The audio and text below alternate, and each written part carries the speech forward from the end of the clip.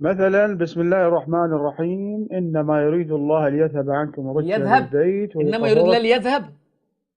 يا أخي أنا اسمع، أنا عراقي وعربي أفصح منك. أنتم طيب المصريين شكرا شكرا لغتكم. شكرا يا عراقي يا عربي، اقرأ الآية تاني كده، اقرأ الآية.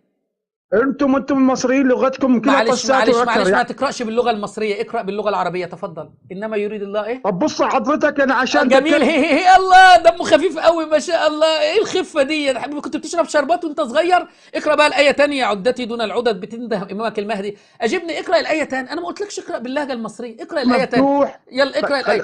خلي صدرك مفتوح طيب إن زي شاء ما الله عمر. صدري مفتوح. يلا اقرأ بقى الآية، يلا إن شاء الله يا أبو دم خفيف، اقرأ الآية كده، يلا اقرأ الآية. طب أعطيني مجال يا فندم اتفضل في إيه يا اتفضل. عم الحاج؟ اقرأ الآية.